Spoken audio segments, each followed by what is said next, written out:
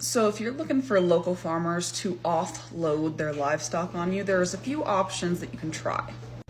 There are multiple apps where they connect you to local farmers. Google, you can go to your local butcher and talk to them to see if they know of anyone. Or you can go to the farmer's market. The farmer's market is a great place to talk to local farmers and kind of network. In fact, the farmer's market is where I network a lot when it comes to selling of my rabbits and quail for 4-H kids. In fact, I'm getting ready to go there here in about an hour or so because it's Friday and I'm super excited because a farmer's market.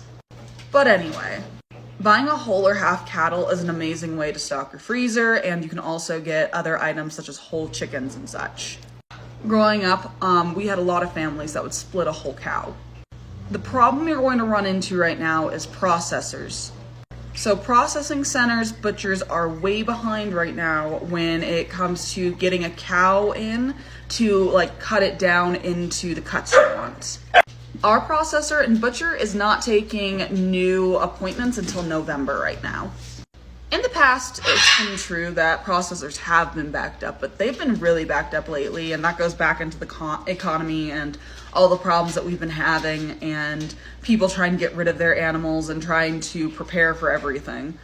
So if you are going to want to do something like this, it's going to take a little bit of planning, unless you're lucky like I am and you have a husband that is willing to call upon himself and his cousins to take care of it.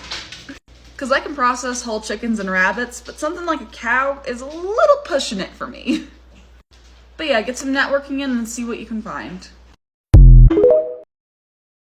So I got a bit of a rant because I'm in a foul mood.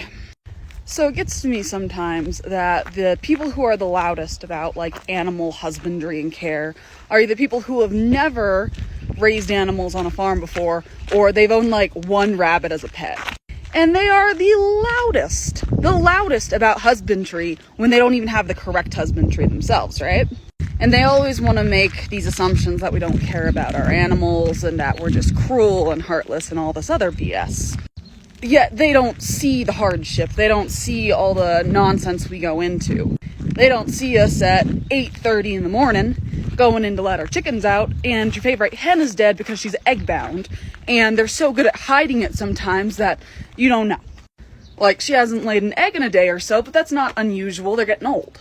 And do you realize you have 2 fertilized eggs from this hen on your counter? You would have had 3, but you ate one this morning because you didn't think you would need to incubate some eggs. And you could have her chicks, not necessarily meaning that they're going to be hens, but you can have those chicks, right? So you call your husband to see if you can buy this extra incubator that's only going to be $60, but you know you can't afford it right now because you're low on money.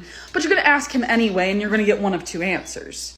No, we can't afford it, or a hemmed haw, okay, baby, go ahead, do what you need to do, even though you know you can't afford it, right? So they don't see that little exchange, nor do they see the crying, the tears, and all that BS. Because you know that by the time the incubator gets here in a day, maybe the eggs will hatch. Maybe, if you even get the incubator. They don't see you every 2-3 hours running into your rabbit barn, checking on brand new mamas because you're worried about them, actually being good moms and safely delivering kits.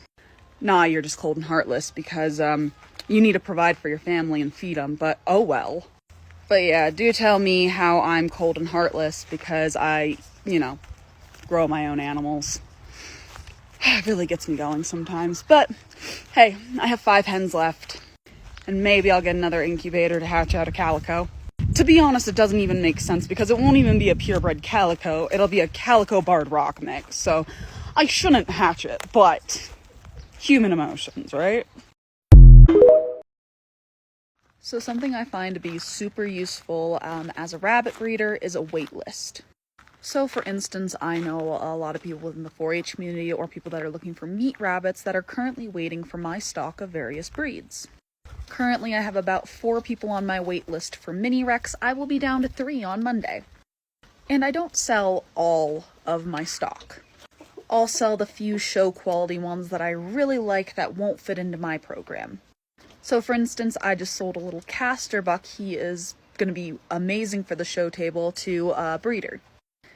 They're breeding for snake food right now, but if they ever would in the future want to take an animal from his line to show, they could. All this to say, it's really nice to have buyers lined up waiting for you when you are ready to sell appropriate stock. It's how I make my rabbitry more sustainable. Because even though I only sell 1 or 2 kits per litter, that allows me to feed the animals on my farm without having a problem. Yeah, if you're looking at breeding rabbits, wait lists are an amazing thing. Baby update. So Tati had 1 baby, but I gave her a couple of Rex babies to look after, so that now she has 4 in this box. Vanessa had 5 kits. They are all doing fantastic, and she's doing wonderful for a first-time mom so far. 1 had 5, but I did move 3 of hers over to Tati's nest so that they could nurse a little more evenly. But there are those babies. We are still waiting on Stormy, and we are still waiting on Belle. So I'm not gonna lie, I am super disappointed that Tati only had 1 kit. I would have been fine if she had 2 kits and 1 had been a doe and 1 had been a buck. And the reason I'm so disappointed has nothing to do with like, oh my gosh, I need a larger litter for meat or I need a larger litter for sale. And it has everything to do with secondary bloodlines. Tati was bred to George. George isn't in the barn any longer, he's in Arizona. And now I have Freak. Which Freak has okay type, don't get me wrong, but his markings are kind of light. I need them to be more black compared to blue.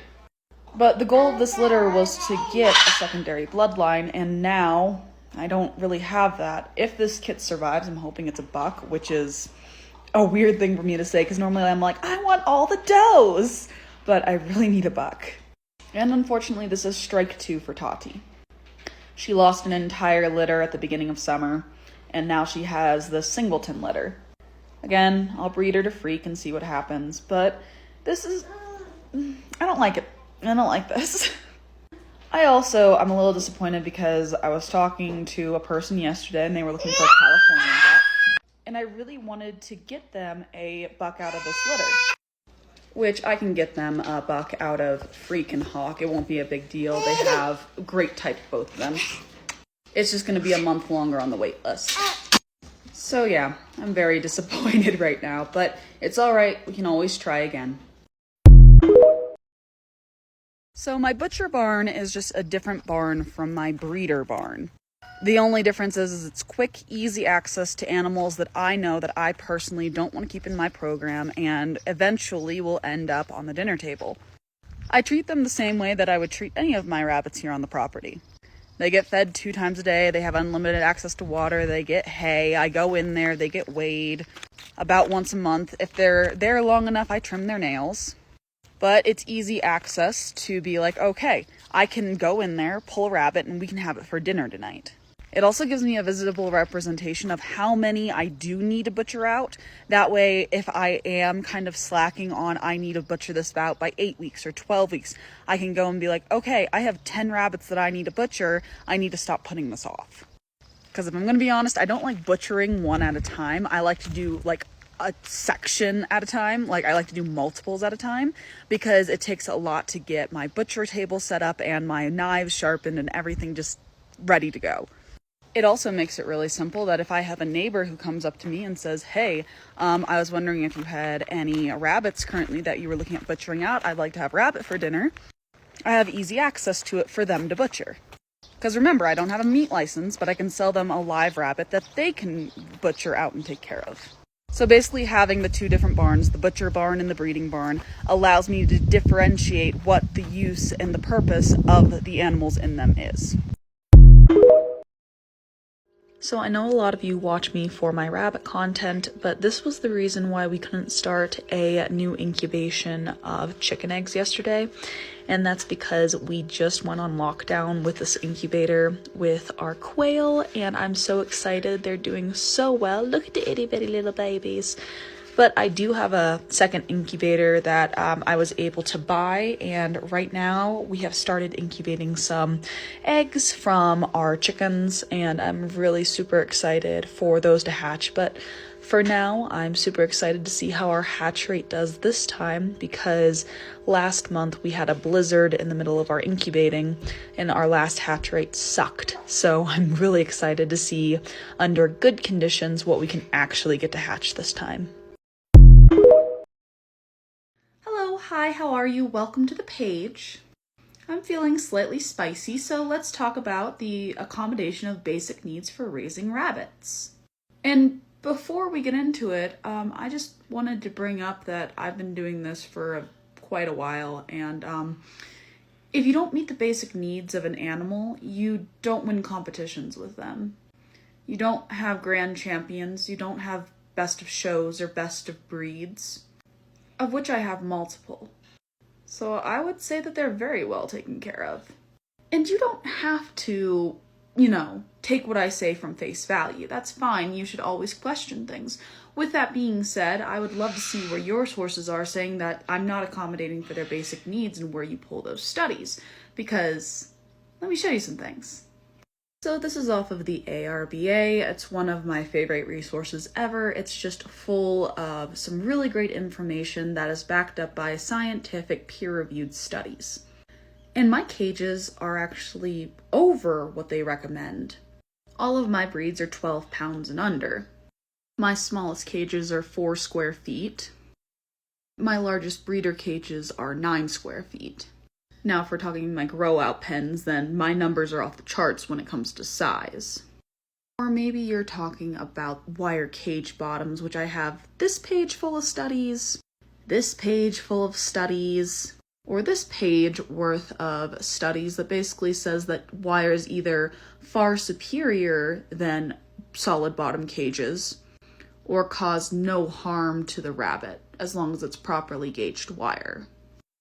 Is it the pellets I feed them? Because I have studies on why the pellets are good as well. So I guess I'm just in this silly little mood and I just want to ask, what's wrong with my care? And where are your studies? Because at the end of the day, it's not about being right, it's about being scientifically correct for the best care for your rabbits. Because the better my livestock are cared for, the better their condition. The better their condition, the better the quality of life they have. The better quality of life they have, the better they taste when they go onto my table. At the end of the day, what's better for them is better for them. But I'm not going to use ethos and pathos arguments as to say what their care should be. It needs to be scientifically backed. Preferably with peer-reviewed studies and not debunked ones. So sometimes I know I can be a little off-putting because of how blunt I am on this page. But I find my bluntness to be important because raising animals, farming, homesteading, farmsteading, it's not all rainbows and butterflies. You're going to run into problems and you're going to run into issues, and that's just a part of life. Which brings us to the discussion of Stormy. For those of you who have watched me for a while, you'll know Stormy as my blue silver fox. And she is over a year old, and for the past probably 6 months, we have tried and failed every single time to get her pregnant, and when she does catch, we have lost every single litter. The same was true of last night. She once again had a very hard, arduous labor, and she lost both the kits that she had. With this once again being a very hard labor on her, we're not going to breed her again, and we are going to remove her from the breeding program. And with this being a reproductive problem, she's not going to be able to go to another program either. I've hemmed and hawed what to do about this one because Stormy is one of my favorite rabbits. She's one of my breeders that's been here for a while, so therefore I have gotten semi-attached. With that being said, she's not doing the best. She's had a complete personality change in that she has bit me a couple of times today when I have checked her over. A complete 180 to how she normally is. So I'm going to get my butcher table set up. And while I'm at it, we'll do a necropsy. So when it comes to getting started, besides all the research that you have to do on basic care, there are a few things you need to decide. Figure out your housing. Are you going to do a colony setup, or are you going to do a singular setup like I have? Do you want a meat breed rabbit like a Californian where they produce larger, faster growing litters but are harder to handle? Or do you want standard Rex, which are easier to handle but they grow out a little slower? I love how floppy her ears are. Are you going to keep them in a barn or in your garage?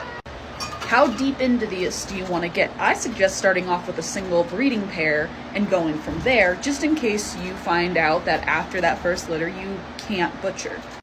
If you like it, you can get another doe. Remember, it's easier to add to your program than take away from it.